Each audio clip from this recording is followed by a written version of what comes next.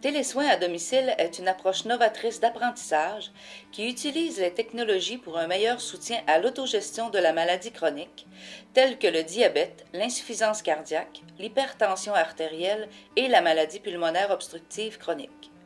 Ce service peut être utilisé seul ou en partenariat avec d'autres programmes, comme le soutien à domicile ou la trajectoire des maladies chroniques.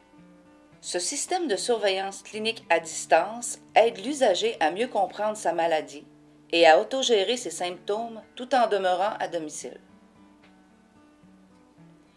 L'information est transmise en temps réel à l'équipe Télésoins sur l'état de santé des usagers et ce, en toute confidentialité. Au quotidien, l'usager doit répondre à une série de questions qui apparaissent à l'écran en cochant simplement les choix de réponse ou en écrivant des messages. Quand je ne vais pas retourner à l'hôpital, de temps en temps, quand j'avais une grippe, j'étais obligé de descendre. Puis j'étais 2-3 jours à l'hôpital, des fois arrêté jusqu'à 5 jours. Mais avec ça, je ne vais pas retourner. Puis c'est eux autres qui ont fait, puis je reste ici, puis je suis bien soigné pareil.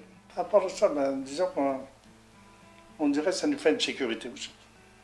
Une certaine sécurité.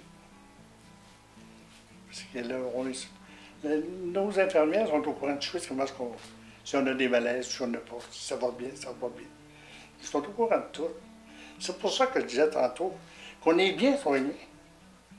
On ne peut pas parler après ça. Je suis bien positif là-dessus. On est bien soigné, ça n'a pas de bon sens. Oui, bonjour, c'est Émilie, votre infirmière au service Télésoins. Bonjour, comment ça va? Oui, exactement. C'est ce que j'ai constaté là, en consultant vos données. Fait que c'est la raison pour laquelle je vous appelle. Je voulais voir comment ça allait. Oui, hein? Fait que qu'est-ce qui se passe?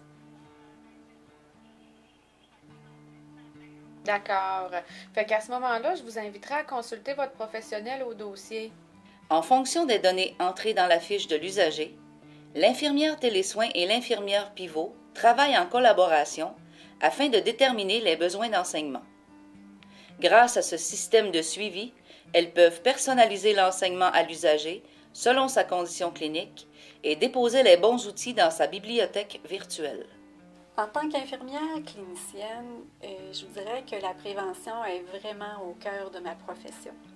Puis avec Télésoins, c'est ce que je retrouve. On parle de prévention, on parle d'apprentissage personnalisé selon les besoins de l'usager. Donc, avec la collaboration de l'infirmière de Télésoins, on va être capable de mettre en place dans la bibliothèque virtuelle des documents qui vont susciter son intérêt. Ce qui m'a convaincue d'embarquer dans Télésoins, c'est l'ajout d'un outil pour les patients qui est vraiment centré sur eux pour les aider à apprendre à gérer leur nouveau diagnostic.